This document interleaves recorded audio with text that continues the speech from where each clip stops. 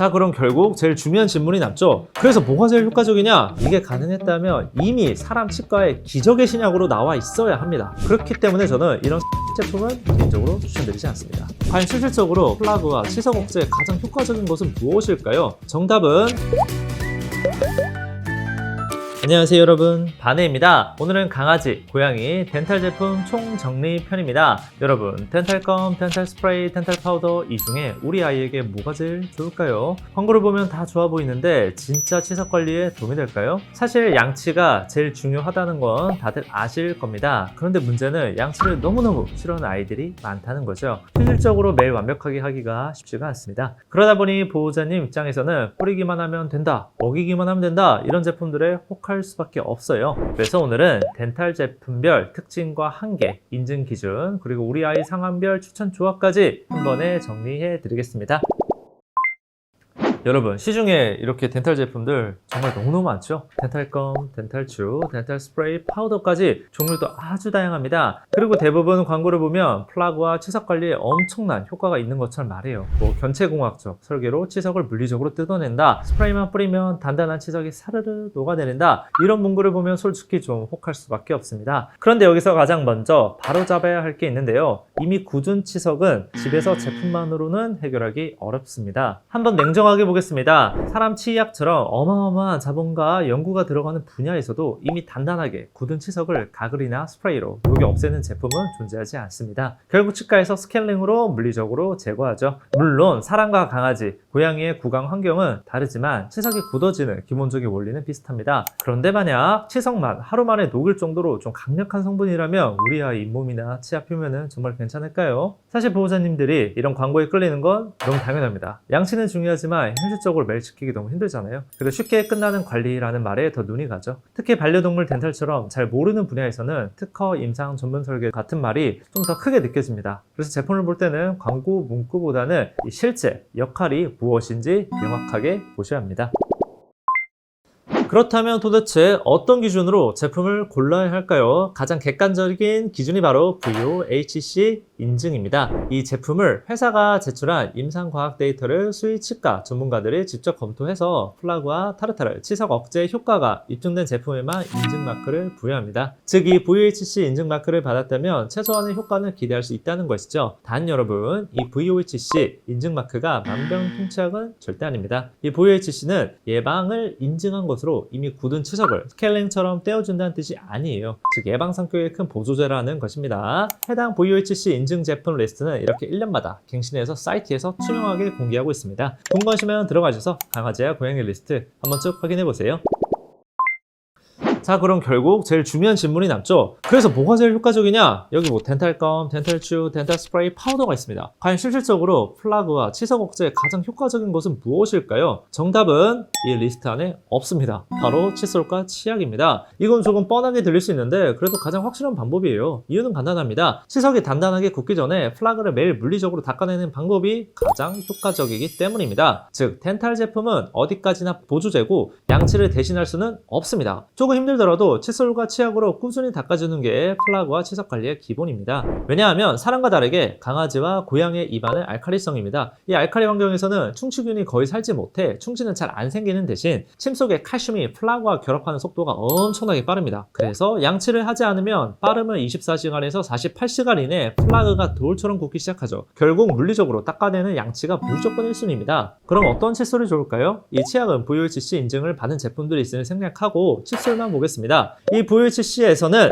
고양이나 소형견은 구강구조상 일반 칫솔 사용이 어렵기 때문에 치은 열구에 밀착할 수 있는 매우 부드러운 모와 아이의 입 크기에 맞는 가장 작은 헤드를 사용하는 것을 권고하고 있습니다. 이렇게 동물용으로 좀 다양하게 생긴 칫솔이 많이 있는데요. 하지만 제 주관적이지만 이 중에서도 저는 사람 칫솔 중에 헤드가 아주 작고 둥근 어금니 칫솔이 있습니다. 이게 저는 개인적으로 제일 좋더라고요. 애들이 입을 계속 다물고 있어서 그 좁은 볼 안쪽이나 잇몸 쪽을 좀 정밀하게 닦아야 하는데 이 어금니 칫솔이 크기도 딱 맞고 180도 회전하면서 양치시키는데 저는 좀 좋더라고요. 자, 그러면 양치를 제외한 다른 제품들은 어떨까요? 대표적으로 덴탈검과 덴탈추, 트릿이 있습니다. 보통 그리니즈나 이 림디스처럼 칫솔 모양으로 생긴 제품들이 가장 유명하죠. 이 덴탈검과 트릿은 아이들이 씹는 과정에서 발생하는 물리적 마찰로 플라그 호구알 치석을 긁어내는 방식입니다. 양치를 너무 거부하는 아이들에게 훌륭한 보조 수단이 될 수 있겠죠. 단 주의할 점이 있습니다. 이 딱딱한 제품은 정말 무지하게 딱딱합니다. 특히 이 림디스 같은 제품이 진짜 딱딱해요. 그래서 아이들이 씹지 않고 무턱대고 삼켜버리면 질식 위험이 있고 너무 세게 씹다가 오히려 치아가 깨지는 불상사가 생길 수도 있습니다. 보호자님이 옆에서 꼭 지켜봐 주셔야 해요. 그리고 여러분, 아무리 이 덴탈, 껌 효과가 좋아도 이미 단단하게 돌처럼 굳어버린 치석을 떨어뜨리는 건 거의 불가능합니다. 말 그대로 보조 수단인 점 기억해 주세요. 마지막으로 제일 중요한 사실인데요. 이 덴탈 껌이나 트릿도 결국 간식입니다. 우리 아이 치아에 도움되는 좋은 거니까 매일 여러 개 줘도 되지 않을까? 절대 아닙니다. 칼로리가 꽤 높기 때문에 이것도 간식으로 치고 반드시 하루 급여량을 조절해 주셔야만 비만을 막을 수 있습니다. 자, 여러분, 시중 광고에서 아이 입안에 덴탈 스프레이 착 뿌리니까 치석이 말랑말랑해져서 뚝 떨어지는 영상 한 번쯤 보셨을 겁니다. 과연 이게 진짜 가능할까요? 앞에서도 말씀드렸지만 이게 가능했다면 이미 사람 치과에 기적의 신약으로 나와 있어야 합니다. 그런데 머릿속으로 바로 생각나시는 게 없으시죠? 이건 과학적으로 좀 불가능에 가깝습니다. 왜냐하면 구강 내 치석과 강아지, 고양이 치아의 가장 겉면이 에나멜층은 둘 다 칼슘과 인으로 구성 성분이 거의 비슷하거든요. 그런데 멀쩡한 치아는 놔두고 치석만 쏙쏙 골라 녹인다? 아니, 말이 안 됩니다. 만약 그 정도로 강력한 화학적 클라이트 작용을 하는 액체라면 이 멀쩡한 치아 표면까지 다 부식시키고 연약한 잇몸 점막에 심각한 화상도 입힐 겁니다. 결국 이런 덴탈 스프레이는 효소나 항균 성분을 통해 세균 증식을 억제하고 플라그가 덜 생기게 돕는 딱 보조제 역할입니다. 그런데 이 보조제 기능조차도 칫솔 같은 물리적인 마찰이 전혀 없고 입안에 쓱 뿌렸을 때 침에 씻겨 내려가기 전까지 머무는 시간이 1분 이상 될까요? 그렇기 때문에 저는 이런 스프레이 제품은 개인적으로 추천드리지 않습니다.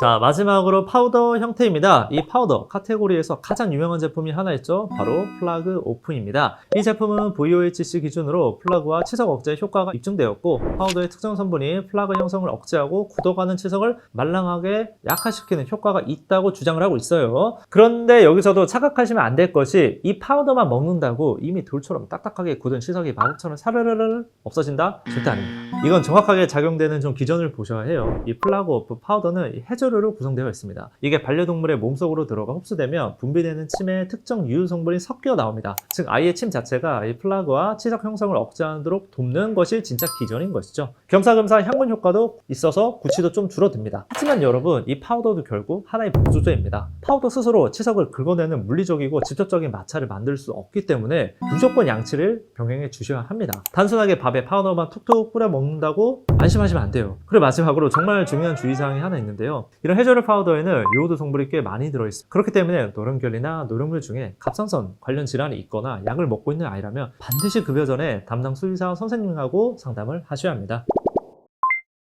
자, 그렇다면 앞에서 알아본 내용을 바탕으로 우리 아이들 상황에 맞게 제품 조합을 한번 정리해 보겠습니다. 보시고 우리 아이는 어떤 타입인지 체크해 보세요. 첫 번째, 양치 가능형입니다. 양치를 비교적 잘 받는 아이라면 사실 가장 좋은 관리를 이미 하고 있는 거예요. 이 경우에는 양치를 잘하고 있기 때문에 굳이 다른 제품까지는 추천하진 않아요. 두 번째, 양치 어려움형입니다. 양치를 너무너무 싫어하는 아이라면 무리하게 완벽한 양치만 고집하기보단 양치 연습을 이어가면서 파우더나 덴탈트릭 같은 보조제를 함께 쓰는 쪽이 더 현실적입니다. 세 번째, 간식 잘 씹는 아이형입니다. 씹는 걸 좋아하는 아이라면 덴탈껌이나 덴탈트릿이 비교적 잘 맞을 수 있겠죠. 다만 치아 부담과 통째로 삼키는 문제, 칼로리 문제는 꼭 같이 보셔야 해요. 네 번째, 구취가 심한 아이형입니다. 입냄새가 유독 심하다면 덴탈 제품부터 바꾸기보다는 먼저 동물병원에서 원인을 확인해 보시는 게 우선입니다. 단순 노령화나 가벼운 치아 문제라면 어느 정도 향균 작용이 있는 파우더로 장기적인 관리를 해주는 것이 좋을 것 같아요. 자, 오늘 함께 알아본 이 덴탈 관련 내용을 표로 요약했습니다. 화면 잠시 멈추시고 캡처해서 복습해 보시면 좋을 것 같아요. 자, 오늘 내용은 딱 세 가지만 기억하시면 됩니다. 첫째, 집에서 이미 굳은 치석을 없애는데 과한 기대를 하면 안 된다. 둘째, 제품을 볼 때 제거보단 예방 보조 관점으로 봐야 한다. 세 번째, 결국 1순위는 양치다. 우리 아이가 양치를 잘하는지 싫어하는지 구취가 심한지에 따라 보조제를 현실적으로 조합해 보세요. 부디 우리 아이들 치아 관리 잘 해주셔서 맛있는 것을 오래오래 씹고 뜯고 맛보고 즐기는 행복을 끝까지 지켜주시면 좋겠습니다. 이상 반려동물에 관한 모든 정보 반이었습니다. 감사합니다.